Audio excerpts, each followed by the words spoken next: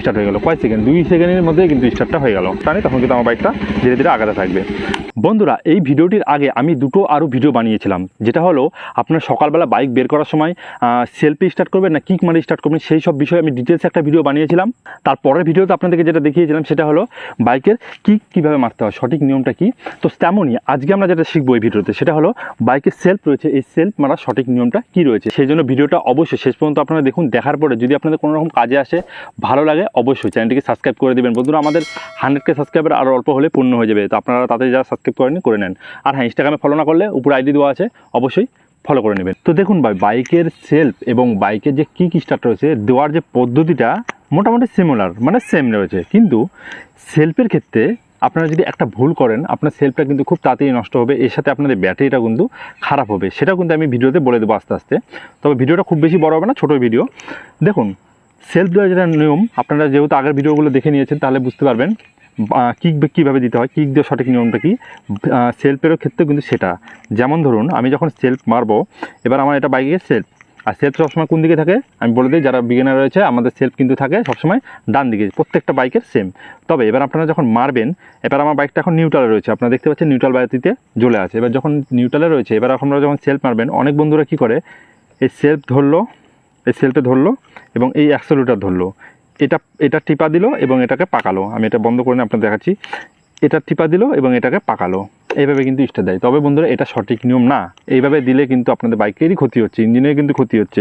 এইভাবে আপনারা দিবেন না। আপনারা কীভাবে দিবেন, bike engine kill switch on হলো, বাইক আমার নিউট্রাল রয়েছে। এবার আমি যখন সেলফ দিব, তখন আমি কি করব, নর্মালি আমি এটা আপনাদের ছেড়ে দেখাচ্ছি, আমি যদি নর্মালি এখানে টিপা দিই না, তাও কিন্তু বাইকটা স্টার্ট নিয়ে নেবে। খুব বেশি হলে 2 থেকে 3 সেকেন্ড, মনে রাখবেন 2 থেকে 3 সেকেন্ড আপনারা পেস করে রাখবেন, লং পেস 2 থেকে 3 সেকেন্ড, বাইক কিন্তু স্টার্ট হয়ে যাবে। দেখুন, আমি যদি আমার একটা আঙ্গুল দিয়ে আমি যদি আপনাদেরকে এটা টিপা মারি, স্টার্ট হয়ে গেল। কয় সেকেন্ড? 2 সেকেন্ডের মধ্যে কিন্তু স্টার্টটা হয়ে গেল। বুঝতে পারলেন?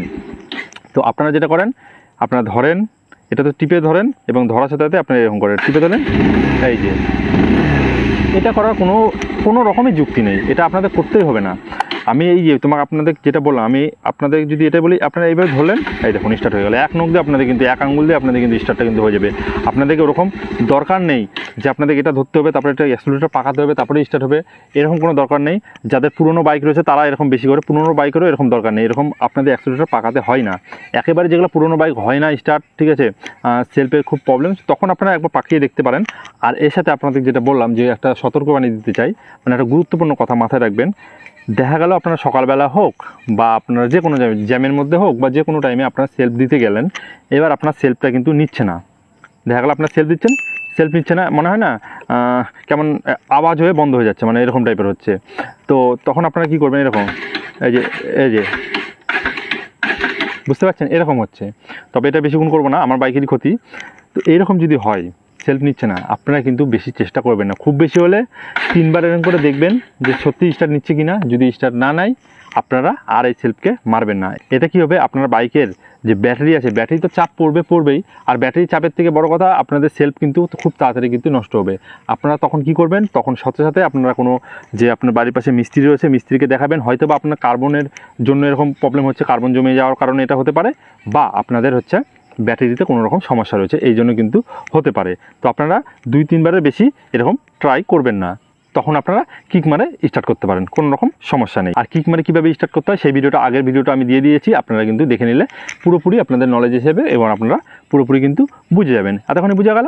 এবার হলো, যদি আপনাদের গিয়ারে ফেলানো থাকে, তখন আপনারা কী করবেন, দেখা গেল আপনার জামের মধ্যে আটকা পড়লেন, এবার আপনাদের গিয়ারে ফেলানো রয়েছে, তখন আপনারা কী করলেন, আমি যদি নিউট্রাল করি বাইকটি, তখন আপনারা কী করবেন, সেম ক্লাচ ধরুন, ক্লাচকে ফুল প্রেস করবেন, ফুল প্রেস মনে রাখবেন, ক্লাচকে কোনো সময় হাফ প্রেস করে সেলফ মারবেন না, ক্লাচকে আপনারা ফুল প্রেস করবেন।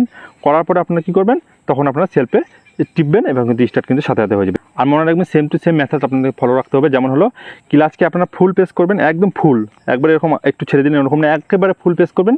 প্রেস করার পরে আপনাদের সেম মেথডে আমরা যেভাবে আপনারা হচ্ছে নর্মালি সেলফ নিউট্রালের সময় আপনারা দেন, সেভাবেই দিবেন। আপনাদেরকে এরকম অ্যাক্সেলেটর পাকানোর দরকার নেই, কিছু নেই।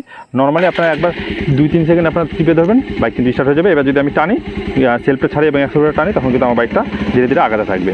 তো এটা ছিল মেন ব্যাপার। তো বন্ধুরা, আমি আশা করবো আপনারা পুরোপুরি শিখে গিয়েছেন। এটা আমাদের 3 নম্বর যেহেতু ভিডিও ছিল, এবং আপনারা আগের ভিডিও দুটো না দেখলে দেখে নেন, আপনাদের অনেকটা কাজে আসবে। আর অবশ্যই সাবস্ক্রাইব না করে রাখলে সাবস্ক্রাইব করুন এবং ইনস্টাগ্রামে ফলো করবেন। তো চলুন আজকের মধ্যে এতটুকুই, ফিরছি করে নতুন ভিডিও নিয়ে। Thank you, take care and bye by.